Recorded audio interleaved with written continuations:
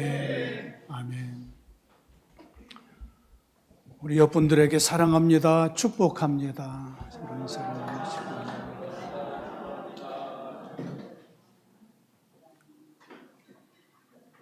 저와 여러분의 삶을 아주 무겁게 짓누른 것은 죄악입니다. 죄악. 우리의 삶 속에서 죄 문제가 처리되지 않으면 우리는 행복할 수 없고 기뻐할 수조차도 없습니다. 죄가 우리의 삶을 모든 부분을 짓누르고 막아서 우리로 하여금 숨조차 제대로 쉴 수 없는 그런 삶을 살게 합니다. 며칠 전에 교보문고에 교보문고 아주 큰 서점이잖아요. 한 30대쯤 되어 보이는 남자가 봉투 하나를 계산대에 던져주고 뛰쳐나갔습니다. 그 봉투를 열어봤더니 돈 100만 원과 편지가 하나 써 있었습니다. 내가 중학교, 고등학교 다닐 때에 교보문고를 드나들면서 책과 학용품을 수시로 훔쳤습니다. 어떤 때는 훔치는 것이 발각이 되어서 직원에게 발각이 되어서 우리 아버지가 대신해서 와서 책값과 학용품 값을 내준 적이 있습니다. 그리고 세월이 이렇게 흘러서 내가 결혼하여서 두 아이의 아빠가 되고 보니 내가 아이들 앞에 부끄러움이 없는 아빠로 살아야 되겠다. 내 돌아온 과거를 이렇게 되돌아봤더니 교보문고에서 책을 훔치고 학용품을 훔쳤던 것들이 생각이 나서 이것이 내 마음을 짓눌러서 내가 늦게나마 책값이라고 100만 원을 드립니다. 교보문고가 나에게 참아주고 받아주고 베풀었던 것처럼 나의 인생도 앞으로 남에게 베풀면서 살겠습니다. 라는 편지와 함께 돈 100만 원이 들어있었습니다. 교보문고에서는 이 돈에 대한 30대면은 100만 원이면은 생활하는데 그렇게 작은 돈이라면 작은 돈이겠지만은 귀한 돈이지 않습니까? 그래서 여기에 100만 원을 더 합해서 200만 원을 사회에 좋은 일하는 이 어린이들을 위해서 좋은 일하는 또 칠드런 그러한 곳에 보내기로 작정을 했다라는 내용입니다. 저와 여러분들이 인생을 살면서 우리의 과거에 내가 지은 죄악들을 아직 해결하지 않고 여기까지 왔던 경험들도 있을 수 있을 것입니다. 그잖아요. 저도 신학교 다닐 때에 누구에게 급해서 내가 필요해서가 아니고 내가 섬기는 목사님이 나에게 은행에 심부름을 시켜서 내가 돈을 가지고 있는데 이 돈을 어떤 친구가 급하게 토요일 되기 전에 처리해 주겠다고 5만 원을 빌려갔어요. 그때 5만 원이면 컸습니다. 토요일이 되기 전에도 돈이 안 오고 그 친구가 사라져버렸어요. 다른 친구에게 어쩔 수 없이 얘기를 했더니 그 친구가 돈을 빌려줬어요. 그래서 5만 원을 목사님의 기대치 어기지 않고 돈 처리를 했어요. 근데 그 5만 원을 그 친구에게 못 갚았어요. 내가 결혼하고 나서 내가 그 돈을 못 받았겠죠. 내가 준 돈도 못 받고 제 아내에게 제가 그 얘기를 했어요. 그리고 나에게 그 돈을 5만 원을 빌려줬던 그 친구에게 전화를 해서 마침 전화가 통하게 돼서 만나서 제 아내와 함께 그때의 고마움을 전하고 식사를 대접하면서 돈을 갚았던 기억이 납니다. 여러분, 우리는 죄 문제가 반드시 처리되어야 됩니다. 죄 문제가 처리되지 않으면 저와 여러분들의 마음은 행복하지 않습니다. 여러분, 우리 하나님이 창조하신 하나님의 나라 안에는, 우리 하나님의 통치하는, 우리 하나님께서 기뻐하시는 그곳에는 죄가 없어야 됩니다. 죄가. 여러분, 예수 믿지 않는 사람들은 태어나면서부터 자기가 지은 죄악을 전부 다 안고 사는 자들이에요. 세상에 이런 일이라는 프로를 내가 참 좋아해요. 거기에 보면은 생각지 않는 우리의 이성을 초월하는 그러한 일들이 벌어지잖아요. 거기에 한 집을 소유하고 있는 할머니가 온갖 쓸 수 없는 쓰레기들을, 그 할머니 생각 속에는 쓸모 있겠다고 생각했겠죠. 다른 사람이 버리는 것들을 전부 가져다가 자기의 안방에, 거실에, 작은 방에, 부엌에, 거실에 가득 채워놨습니다. 잠잘 곳이 없어서 박스 하나 이렇게 위에 이렇게 반쯤 누워서 잠을 자고 밥을 먹을 곳이 없어서 그냥 아주 옹색하게 브루스타에다가 대충 끓여 먹고 이런 할머니가 나왔어요.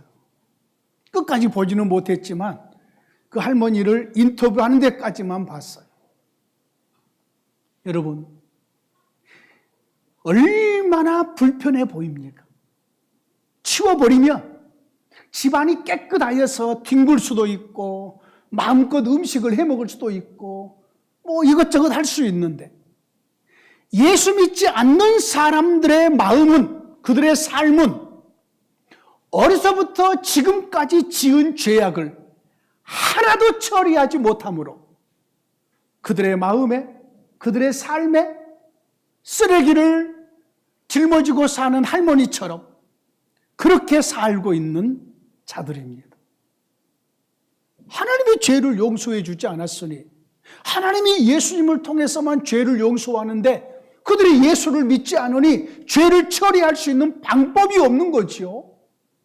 그런데 예수 믿는 우리는 과거에 우리가 지은 죄나 지금에 지을 죄들이나 우리 주님 앞에 나와서 주님, 이러한 죄를 졌습니다. 용서해 주시옵소서. 우리 주님께서 그렇게 우리 주님 앞에 나와서 고백을 하면 우리의 모든 죄를 용서해 주겠다고 약속하셨기 때문에 예수 믿는 성도들의 마음은 깨끗하게 청소된 집안처럼 그렇게 청소된 심령으로 살고 있는 줄로 믿습니다. 우리는 예수님께 크게 감사해야 될 것이에요. 오늘 우리의 본문은 우리 하나님께서 이사야 선지자를 통하여서 남유대 백성들뿐만 아니라 신약에 있는 모든 백성들에게까지 하나님의 백성들의 죄악을 하나님이 어떻게 처리하실 거란 말씀을 지금 시적인 언어로, 노래의 가사로 지금 이렇게 말씀해 주고 있음이에요.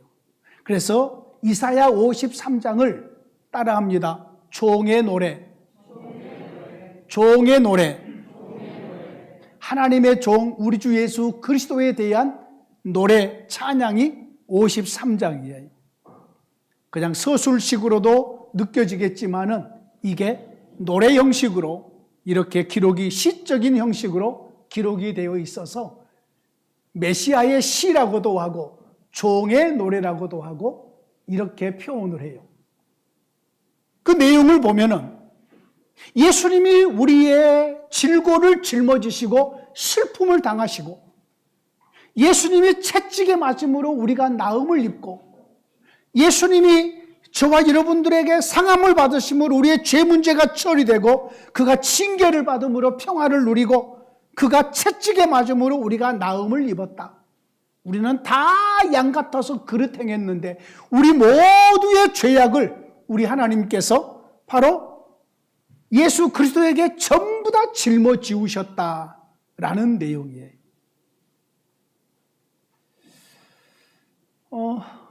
얼마 전에 제 아내하고 다른 분들이 서로 대화하는 얘기를 옆에서 잠깐 들어보니 저희 아파트에 젊은 엄마들이 아이들을 다 학교 보내고 유치원 보내고 나서 집에 가서 차 한 잔 마시면서 대화를 하면 될 텐데 집 밖에서 그냥 335 모여가지고 30분, 1시간 서서 대화를 해서 제 아내가 다른 분에게 물어봤대요. 아니 집에 가서 대화를 하지. 그랬더니 그의 시어머니 이제 친정어머니쯤 되겠지요. 어머니가 아이고 말도 마세요. 우리 집에 가면은요 발 디딜 틈이 없어요. 그런데 누구를 초대해서 차를 대접하겠어요. 그러더라고요. 여러분의 집은 어떻습니까? 우리 아이들의 친구들의 방은 어때요? 가면 발로 이렇게 막 이러고 다니나요? 그냥 깨끗하게 정리가 되어서 아주 편하신가요? 우리 하나님께서 자신의 나라를 바라보실 때에 깨끗해야 되는데 우리 하나님이 자신의 나라를 만들어 놓으시고 바라보시는데 아담과 하와의 타락 이후로 온 세상이 죄악으로 가득해 있었다고요. 죄악으로. 하나님 입장에서 내가 만든 나라인데 이렇게 죄악으로 충만해 있으니 이거 전부 다 없애버리고 새로 하나 만들까? 이렇게도 할 수 있는 능력이 있으셨지만 우리 하나님께서는 처음부터 세상을 만드실 때부터 사단의 세력이나 내가 만든 사람들이 내 나라를 망가뜨리고 내 나라를 죄악으로 가득 채운다고 할지라도 내가 전부 다 고치고 새롭게 하고 회복할 것이라는 하나님의 계획이 처음부터 있으셨습니다. 오늘 새벽 예배 또 그 말씀을 드렸지만 아담과 하와가 타락한 이후에 하나님께서 이거 안 되겠다. 예수님을 보내야 되겠다. 죄 문제를 처리하기 위해서 그때 계획을 세운 것이 아니고 이 세상을 창조하기 전부터 우리 하나님의 계획 속에 어떤 세력이 나의 나라를 망가뜨린다고 할지라도 내가 전부 다 회복하고 새롭게 해서 나의 나라를 마지막에 보기 좋게 완성하리라 라는 하나님의 계획이 처음부터 있으셨다는 그 능력도 가지고 계셨고요.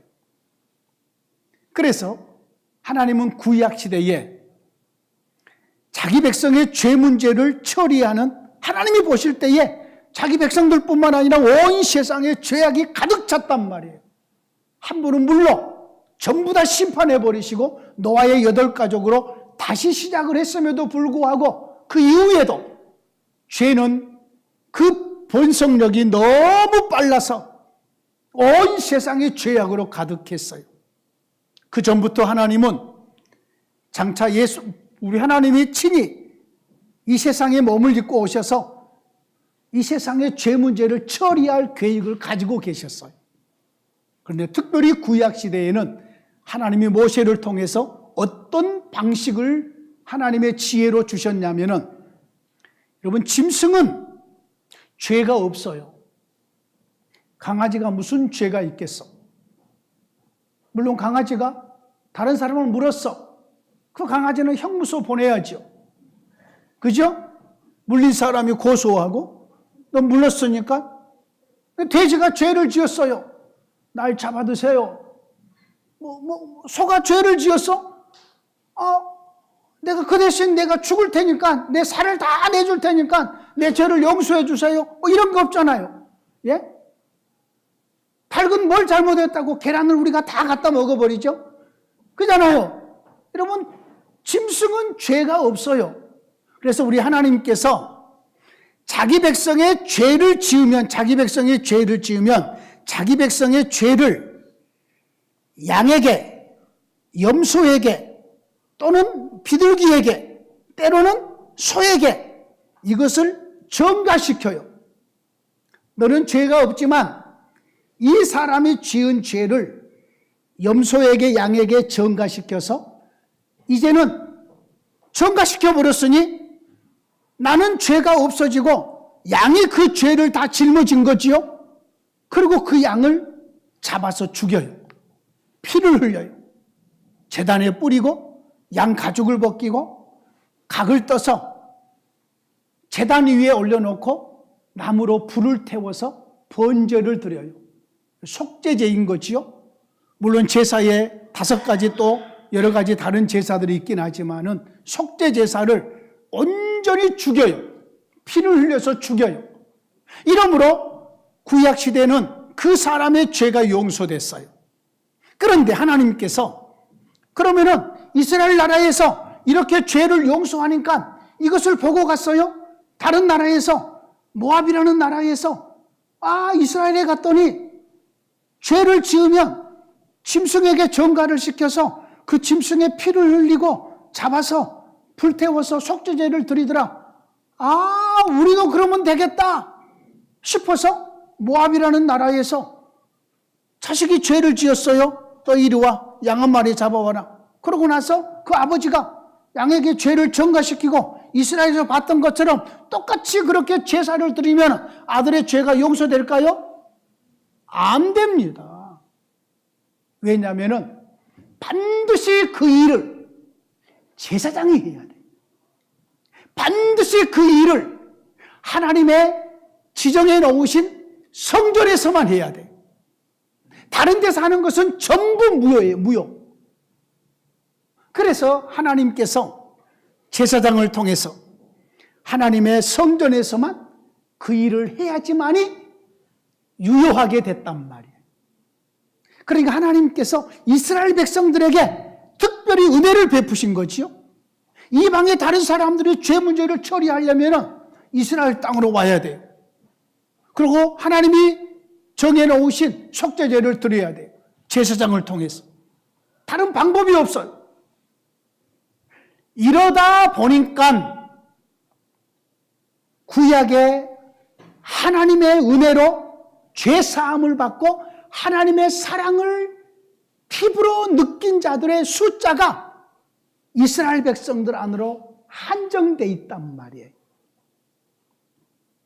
하나님은 온 세상의 하나님도 되시고 하나님의 나라는 가나안 땅만 하나님의 나라가 아니라 온 세상이 하나님의 나라인데, 그래서 하나님께서 이 짐승을 대신해서 제사를 드리는 이 제사법 속에 예수 그리스도를 연결해 놓으셨어요. 이렇게 하나님의 백성들의 죄를 대신해서 죽고 피 흘리는 이 제물이 장차 예수님이 되실 것이라. 그래서 예수님을 구약에서부터 제사법 속에서, 성전 속에서, 선지자를 통해서 자꾸 예수님이 오셔서 이 제사를 완성하실 것이라고 누누이 말씀을 드린 거죠. 그리고 짐승의 제사는 완전하지가 않아요. 짐승은 비록 죄가 없다고 해도 짐승의 피와 사람의 피가 동등할 수는 없거든요. 그래서 짐승의 제사를 반복해서 계속해서 드렸어요. 반복해서. 그리고 날 대신해서 죽은 저 짐승은 다른 사람을 대신하지는 못해요. 형제미하고 내가 똑같은 죄를 지었어? 근데 나는 염소를 살 돈이 있어가지고 염소를 사가지고 제사를 드리려고 그러니까 형제미가 와서, 목사님, 저도 그 염소에다가 내 죄도 같이 올리면 안 돼요? 꼽살이 끼는 거지요? 안 돼. 그러니까 그럼 절반만 올려요. 절반만. 이번에 거짓말했던 것만 올려요. 예? 아직 내 죄가 많이 있는데 다 안 올리시려면은 내가 잘못한 거 한두 가지만 올려서 같이 드리면 안 될까요? 이건 그럴 수 없는 거예요. 한 사람만 죄되는 거예요. 돈이 없으면 산에 가서 산비둘기 잡아오면 돼. 산비둘기 잡아가지고 속죄제사를 드려도 되거든요. 예. 가난한 사람을 위해서 하나님께서 그런 배려를 해주신 거지요. 자, 그런데 이 제사법 속에 짐승으로 올려드리는 제사는 완전한 제사가 아니어서 이것은 완전한 제사, 우리와 같은 몸을 입으신 사람이 죽음, 죄 없는 사람이 제물이 되는 제사, 이런 제사를 구약의 이스라엘 백성들이 기다린 거예요. 그런데 이사야 선지자가 예수님에 대해서 말씀을 해주신 거예요. 예수님이 와서 우리의 질고를 짊어지고 슬픔을 당할 것이라, 예수님이 와서 우리를 대신해서 찔러주실 것이라, 십자가에 죽으실 것이라, 상함을 받을 것이라, 징계를 받을 것이라, 채찍에 맞을 것이라, 우리의 죄를 전부 짊어지고 가실 것이라고 이사야 선지자가 여러 차례 말씀을 한 거예요. 그래서 드디어 예수님이 오셨어요. 예수님이 이 세상에 오신 목적은, 우리가 이 세상에 온 목적은 내 수명을 다할 때까지 오래오래 살다가 갈 것이라는 그러한 기대를 가져요. 저는 이번에 처음 알았어요. 100세 시대를 하는 말이 한국밖에 없대요. 100세를 산다? 외국에서는 상상도 못한대. 그래서 100세 시대, 지금 우리 전부 다 110년까지 살고 싶잖아요. 솔직히요. 연세 드신 분들요. 우리 젊은 사람들이야 나야 뭐 100세까지는 무난하게 살겠다 생각하겠지만은 100세 시대가 우리나라밖에 그 말이 없대요. 다른 나라는 그런 말조차, 단어조차 없대요. 웰빙 시대는 있다고 해도요.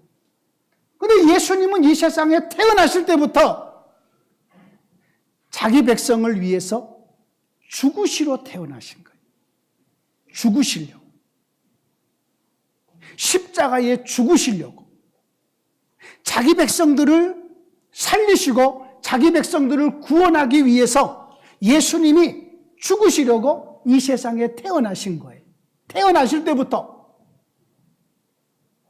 그래서 이름이 예수예요. 예수. 자기 백성의 죄를 짊어지신다. 이런 의미를 가져요. 태어나면서부터, 우리 주님의 이름에서부터 이것이 드러나 있는 거지요.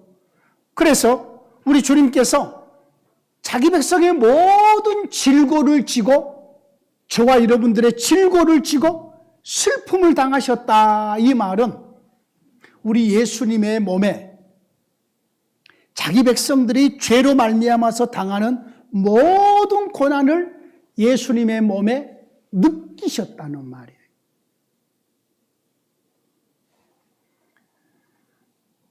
한 홀로 사는 여인의 아들이 죽었잖아요.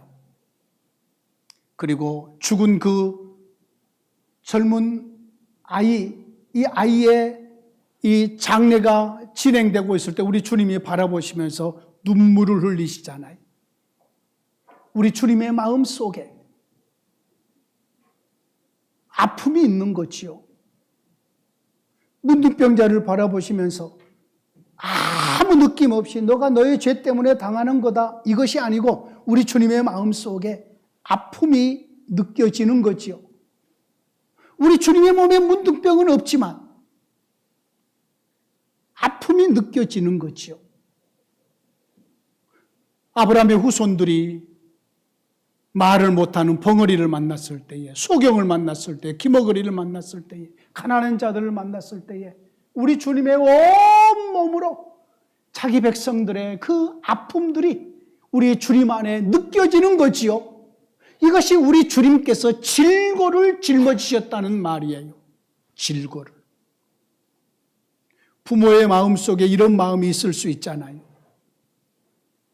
내 자식의 아픔을 봤을 때에, 내 자식의 고통스러움을 봤을 때에 온 몸으로 차라리 저 아픔이 나에게 왔다면, 차라리 저 고통을 내가 짊어질 수 있다면 하는 그런 마음이 부모의 마음인 것처럼 우리 주님께서 저와 여러분들의 아픔을, 저와 여러분들의 고난을 전부 온몸으로 느끼시는 거지요. 이게 우리 주님이 짊어지는 질고인 거지요. 그래서 우리 주님은 그걸 생각할 때에 눈물이 나고 슬픔이 있는 거지요. 뿐만 아니라 우리 주님께서 저와 여러분들을 대신해서 찔리시는 거지요. 오늘 본문의 5절에 그가 찔림은 우리의 허물 때문이라. 찔렸다는 것은 못으로 십자가에 박히셨다는 뜻이잖아요. 창으로 옆구리를 찔리심을 당하는 거지요. 왜요? 예수님은 죄가 없으셔요. 예수님은 그런 일을 당할 아무런 이유가 없어요. 그런데 유일하게 저와 여러분들을 위해서, 오직 저와 여러분들을 위해서 못이 박히시고 창이 찔리신 거지요. 예수님 우리의 죄악 때문에 상함을 받으신 거지요. 채찍에 맞으시고 많은 상함을 입으신 거지요. 우리에게 평화를 주시려고 징계를 받으시고 우리를 낫게 하시려고 채찍에 맞으신 거지요. 여러분, 이렇게 생각해 볼 수 있습니다. 구약의 짐승에게 전가시켰을 때는 짐승이 죽어버리고 안 보입니다. 짐승의 이름도 모르고 그냥 더 이상 없는 거지요. 그런데 우리를 대신해서 찔리시고 채찍에 맞으시고 상함을 입으시고 고통을 당하신 우리 예수님은 버젓이 우리 앞에 살아 계십니다. 그러므로 우리는 외면할 수 없습니다. 여러분, 예수 믿음은 예수님께서 날 위해서 해주신 그 엄청난 고난, 그 말할 수 없는 그 은혜, 이것을 우리의 마음속에 한시도 잊으시면 안 되는 거지요. 그리고 그 예수님에 대해서 감사하는 마음과 사랑하는 마음을 품는 거지요. 하나님은 우리를 자기 백성을 향하여서 양 같다고 말씀하셔요. 양. 여러분, 양은 성품은 착해요. 힘이 없어요. 여러분, 양과 호랑이하고 싸우면 양이 져요. 양과 염소하고 싸워도 양이 져요. 양이 개와 싸워도 져요. 양이 닭하고 싸워도 져요. 고양이하고 싸워도 져요. 양은 순해요. 아주 순해요. 주인이 양을 잡을 때에도 양은 주인을 바라보고 누워서 웃고 있어요. 이게 양의 순함이에요. 근데 양이 근시안이에요. 멀리 보지를 못해요. 방향 감각도 없어요. 그래서 어디에 졸졸 흘러가는 시냇물이 있는지, 어디에 좋은 목초가 있는지를 몰라요. 그러니까 아무데나 가는 거지요. 그러니까 목자가 앞에서 인도를 해줘야 돼. 목자 없이 살아가는 수많은 사람들이 양 같아서 그릇 행하였다는 거지.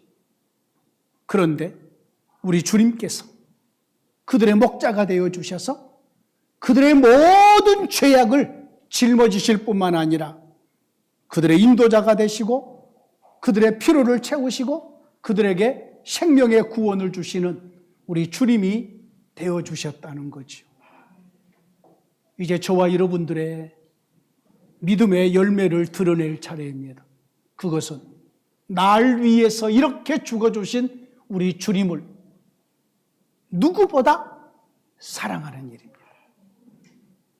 그 주님의 말씀을 귀하게 여기면서 따르는 일입니다. 그런 주님이 우리에게 계셔서 그 주님은 과거에 우리를 위해서 십자가에 대신해서 죽어주심으로 끝나버리신 것이 아니라 지금도 여전히 우리의 생명을 주관하시고 평생 영원토록 우리를 이끌어 주실 분이시기 때문에 그 주님이 우리에게 계심으로 감사하시고 이번 특별히 고난주간 우리 주님을 더 깊이 생각하시고 주님의 기쁨이 되고 주님을 사랑하는 우리 모두가 되기를 진심으로 원합니다. 하나님 아버지 감사합니다. 우리를 대신해서 질고를 당하시고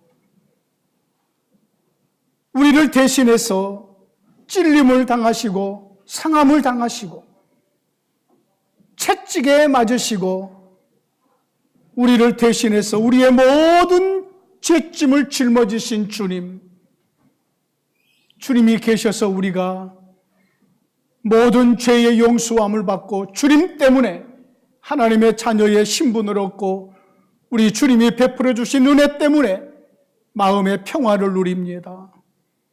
그 주님이 여전히 우리와 함께 하시고 우리를 생명의 길로 인도해 주시오니 감사합니다.